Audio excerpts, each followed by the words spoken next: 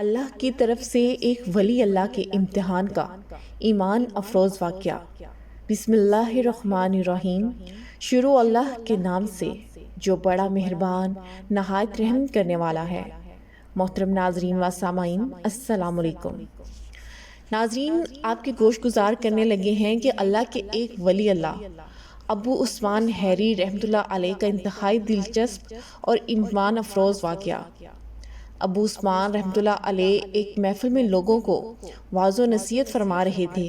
محفل ختم ہونے پر تمام لوگ چلے گئے، مگر ایک تاجر وہاں بیٹھا رہا۔ آپ رحمۃ اللہ علیہ نے جان لیا کہ یہ تاجر مجھ سے کوئی حاجت بیان کرنا چاہتا ہے، لہٰذا آپ رحمۃ اللہ علیہ نے اسے اپنے پاس بلایا اور اس کے آنے کا مقصد دریافت کیا۔ تاجر نے کہا، میں نیشا پور کا تاجر ہوں، میرے پاس شہر اصفہان سے ایک بیوپاری آیا تھا، اس نے مجھ سے کچھ مال ادھار لیا اور وعدہ کیا۔ تاجر نے کہا کہ آئندہ سال اس مال کی رقم ادا کر دے گا، مگر ایک سال گزرنے کے باوجود وہ ادائیگی پر آمادہ نظر نہیں آتا۔ اب مجھے اطلاع ملی ہے کہ وہ ہرات شہر میں آ کر ٹھہرا ہے، مگر نیشا پور نہیں آنا چاہتا، کہیں میں اس سے رقم نہ مانگ لوں۔ ابو عثمان رحمۃ اللہ علیہ نے پوچھا، میں اس معاملے میں تمہاری کیا مدد کر سکتا ہوں؟ تاجر نے کہا، حضور، میرا مسئلہ یہ ہے کہ میں فوری طور پر ہرات پہنچنا چاہتا ہوں تاکہ اس سے اپنی رقم واپس لے سکوں، لیکن میری مجبوری میری راہ میں حائل ہے۔ اگر آپ میری مدد فرمائیں تو میں آپ کا ساری زندگی احسان مند رہوں گا۔ ابو عثمان نے دریافت کیا کہ تمہاری مجبوری کیا ہے؟ وہ تاجر جھجکتے ہوئے کہنے لگا کہ کچھ عرصہ پہلے مجھے ایک کنیز پسند آئی تھی جس کو میں نے خرید لیا تھا۔ میرا مسئلہ یہ ہے کہ اگر اس کو تنہا گھر میں رکھتا ہوں تب بھی خطرہ درپیش رہتا ہے، اور اگر اسے سفر پر ہمراہ لے جانے کا سوچتا ہوں تو اس صورت میں بھی مشکلات نظر آتی ہیں۔ اگر آپ اس کنیز کو اپنے پاس بطور امانت رکھ لیں تو میں واپس آ کر اسے آپ سے لے جاؤں گا۔ ابو عثمان رحمۃ اللہ علیہ نے پوچھا، تمہاری واپسی کا امکان کب تک ہے؟ تاجر نے بتایا کہ زیادہ سے زیادہ 3 ماہ کا عرصہ لگے گا اور میں واپس لوٹ آؤں گا۔ ابو عثمان تاجر کی بات سن کر چند لمحے سوچتے رہے اور پھر تاجر سے کہنے لگے، اس کنیز کو میرے بیوی بچوں کے پاس چھوڑ دو اور اس کو اس بات کی سختی سے تاکید کر دینا کہ وہ میرے حجرے کی جانب ہرگز نہ آئے۔ تاجر یہ سن کر خوش ہو گیا۔ اس نے فوری طور پر کنیز کو ابو عثمان کے بیوی بچوں کے پاس چھوڑا اور خود ہرات کی طرف روانہ ہو گیا۔ جب وہ ہرات پہنچا تو اسے پتہ چلا کہ مذکورہ تاجر وہاں سے غزنی جا چکا ہے، تو وہ بھی اس کے پیچھے پیچھے غزنی روانہ ہو گیا۔ ادھر ابو عثمان اس کوشش میں تھے کہ کسی بھی طور پر ان کی نگاہ اس کنیز پر نہ پڑے، اس لیے وہ گھر میں بہت کم آنے جانے لگے۔ دوسری جانب آپ کی بیوی عورت ہونے کے باوجود کنیز کی خوبصورتی سے بہت متاثر تھی۔ وہ اکثر دل میں سوچتی کہ ایسی کنیز کو تو کسی محل میں ملکہ بن کر رہنا چاہیے تھا۔ ایک روز ابو عثمان کی بیوی نے آپ سے کہا کہ آپ غور سے اس کنیز کو دیکھیں، اس کی خوبصورتی دیکھ کر آپ بھی حیرت زدہ رہ جائیں گے۔ ابو عثمان نے کہا، یہ کیوں کر ممکن ہے؟ میں کیسے کسی عورت پر نظر ڈال سکتا ہوں؟ آپ کی بیوی نے کہا، اس میں مشکل والی کون سی بات ہے؟ کنیز گھر میں ہی موجود ہے، آپ جب چاہیں اسے دیکھ سکتے ہیں۔ یہ بات کہہ کر آپ کی بیوی نے ایک طرح سے آپ کو آزمائش میں ڈال دیا تھا، جس کی وجہ سے لاشعوری طور پر آپ کا دھیان اس کنیز کی طرف منتقل ہوتا جا رہا تھا۔ ایک روز ابو عثمان اپنے حجرے میں موجود تھے کہ اچانک حجرے میں کنیز داخل ہو گئی۔ ابو عثمان اس کا حسن و جمال دیکھ کر حیرت زدہ رہ گئے، مگر کنیز آپ کو دیکھ کر ذرا برابر بھی پریشان نہ ہوئی اور بڑے اعتماد سے کہنے لگی، کیا آپ ہی ابو عثمان ہیں؟ آپ نے کہا، ہاں میں ہی ابو عثمان ہوں۔ ابو عثمان نے پوچھا، تم یہاں حجرے میں کس لیے آئی ہو؟ اس پر کنیز کہنے لگی، میں یہاں آپ سے یہ دریافت کرنے آئی ہوں کہ وہ جو تاجر مجھے آپ کے پاس بطور امانت رکھ کر گیا ہے وہ کب تک واپس آئے گا؟ آپ نے جواب دیا، اس نے 3 ماہ بعد آنے کا کہا تھا، مگر مقررہ مدت تو یقیناً گزر چکی ہے۔ بہرحال امید ہے کہ وہ جلد ہی واپس آ جائے گا۔ کنیز کہنے لگی، ٹھیک ہے، وہ آ جائیں گے، مگر میں کیا کروں؟ میرا تو یہاں دم گھٹنے لگا ہے۔ حد تو یہ ہے کہ میں کسی سے بات بھی نہیں کر سکتی۔ آخر مجھے کس جرم کی سزا مل رہی ہے؟ کنیز کے انداز میں ایک قسم کا شکوہ تھا۔ ابو عثمان معلوم نہیں اس کا کیا جواب دینا چاہتے تھے، مگر غیر ارادی طور پر انہوں نے کنیز سے کہہ دیا کہ جب کبھی طبیعت اداس ہو تو یہاں چلی آیا کرو۔ ادھر خلاف توقع کنیز نے جب یہ الفاظ سنے تو اس کی خوشی کی انتہا نہ رہی۔ اس نے مسکراتے ہوئے آپ کا شکریہ ادا کیا اور اگلے روز آنے کا وعدہ کر کے چلی گئی، مگر اس کے جاتے ہی ابو عثمان کو اپنی غلطی کا احساس ہوا اور خود سے کہنے لگے کہ میں نے یہ کیا کہہ دیا۔ کنیز تو ایک طرح سے میرے ایمان کا سودا کر کے چلی گئی ہے، اب میں کیا کروں؟ لہذا اسی روز جس وقت آپ عشاء کی نماز پڑھنے کا ارادہ کر رہے تھے، آپ کو اس کنیز کا خیال آ گیا، جس سے دل و دماغ پر ایک قسم کا سرور چھا گیا۔ الغرض یہ کہ کنیز کے تصور نے آپ کی پرسکون زندگی میں خلل ڈال دیا، لہٰذا آپ فوراً اپنے پیر و مرشد کی خدمت میں حاضر ہوئے اور انہیں سارا ماجرا سنا کر کہنے لگے کہ کنیز نے انہیں آزمائش کی بھٹی میں ڈال دیا ہے۔ آپ کی پیر و مرشد نے پورا واقعہ سننے کے بعد کہا کہ اب میں تمہارے لیے کیا کر سکتا ہوں؟ تم سے کس نے کہا تھا کہ اس زہد شکن کنیز کو اپنے گھر میں پناہ دو؟ یہ سن کر ابو عثمان بچوں کی طرح رونے لگے، اس قدر آنسو بہائے کہ آپ کی داڑھی بھیگ گئی اور اپنے مرشد سے کہنے لگے اگر وہ حسینہ چند دن مزید ان کے گھر میں رہی تو وہ تباہ و برباد ہو جائیں گے۔ مرشد فرمانے لگے ابو عثمان میں اس سلسلے میں تمہاری رہنمائی نہیں کر سکتا، ہاں تم آرے شہر میں چلے جاؤ، وہاں یوسف بن حسین مقیم ہیں، وہی تمہارے اس مسئلے کا حل بتا سکتے ہیں۔ ابو عثمان نے کہا آرے شہر تو نشا پور سے بہت زیادہ دور ہے۔ تو مرشد نے دو ٹوک لہجے میں کہا کچھ بھی ہو اب تو تمہیں وہاں جانا ہی پڑے گا۔ ابو عثمان کسی نہ کسی طور پر طویل سفر کرتے ہوئے 30 دن بعد آرے شہر پہنچ گئے اور لوگوں سے پوچھا کہ یہاں کوئی یوسف بن حسین رہتے ہیں؟ لوگ آپ کے اس سوال پر بہت حیران ہوئے اور کہنے لگے آپ یوسف بن حسین جیسے زندیق کے پاس کیا لینے آئے ہیں؟ اس کو تو پورے شہر نے چھوڑ رکھا ہے۔ وہاں پر موجود ایک شخص نے کہا جناب آپ تو خود شکل و صورت سے بزرگ معلوم ہوتے ہیں، مگر جب ابو عثمان یوسف بن حسین سے ملنے پر بضد رہے تو ایک شخص آپ کو یوسف بن حسین کے گھر تک پہنچانے کے لیے آپ کے ساتھ ہو لیا۔ آپ کو ساتھ لے جانے والے شخص نے آپ کو ایک دکان میں کھڑا کیا اور خاموشی سے کھڑکی کے راستے دکان کے اندر دیکھنے کا اشارہ کیا۔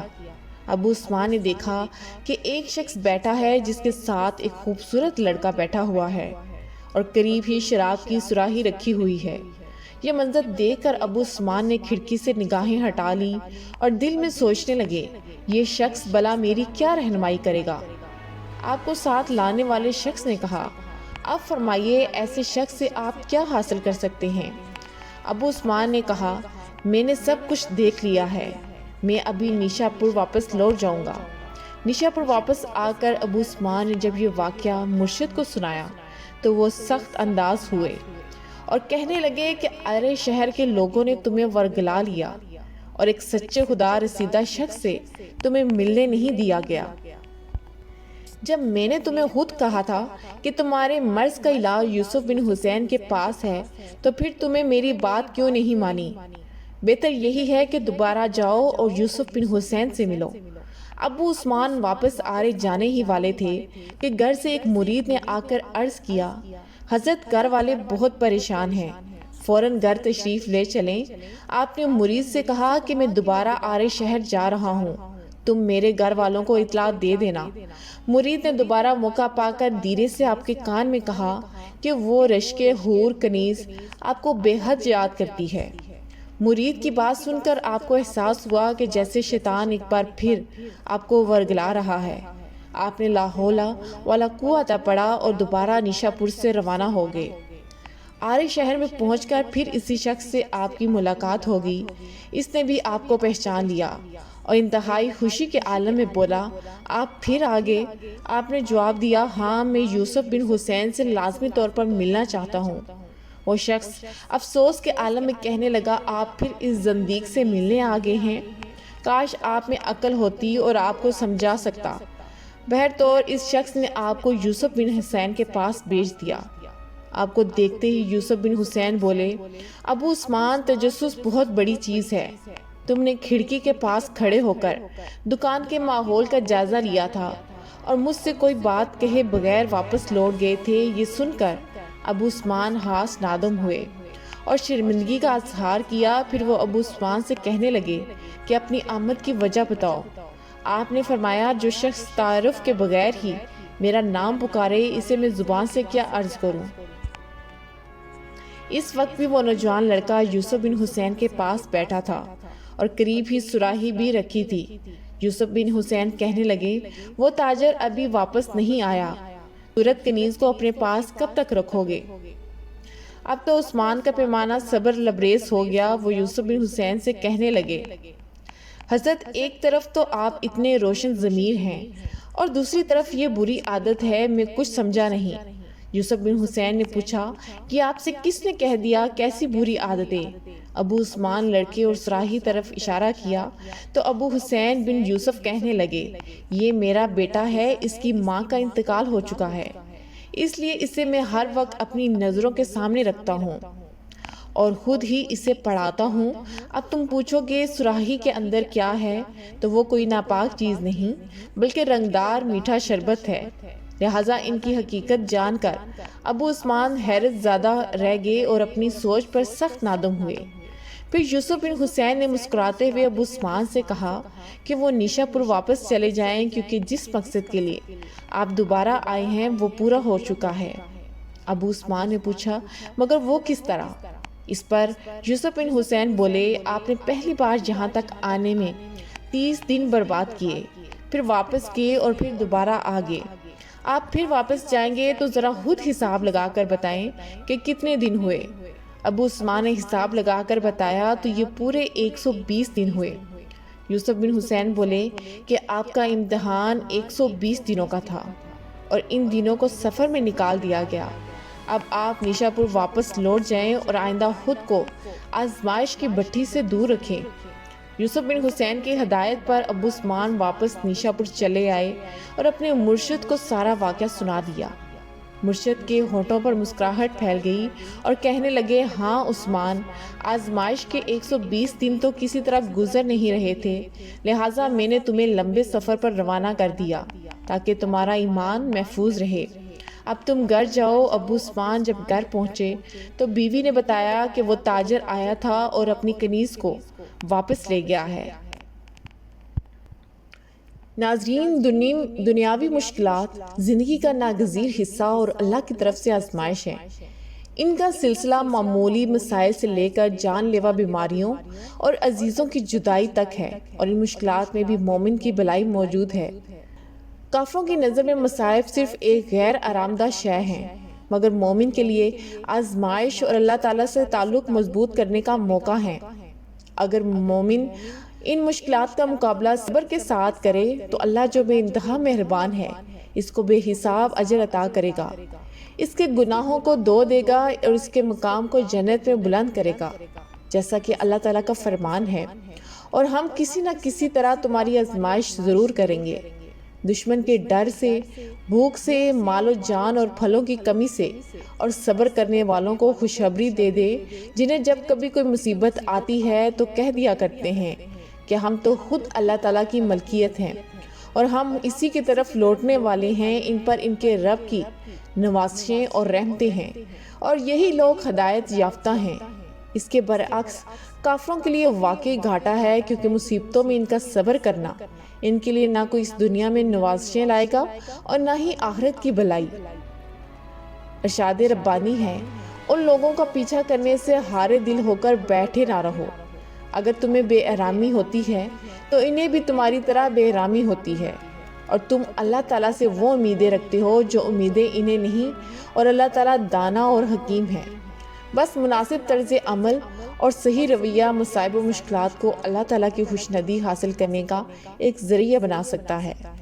اللہ تعالیٰ اپنے بندوں کا مصیبتوں اور آزمائشوں سے امتحان لیتا ہے، جیسا کہ فرمان الہی ہے ہم بدطریق امتحان تم میں سے ہر ایک کو برائی و بلائی میں مبتلا کرتے ہیں اور تم سب ہماری ہی طرف لوٹائے جاؤ گے۔ جو کوئی اس امتحان میں کامیاب ہوگا جنت اس کا انعام ہوگی۔ اللہ تعالیٰ فرماتا ہے کیا تم یہ سمجھ بیٹھے ہو کہ تم جنت میں چلے جاؤ گے؟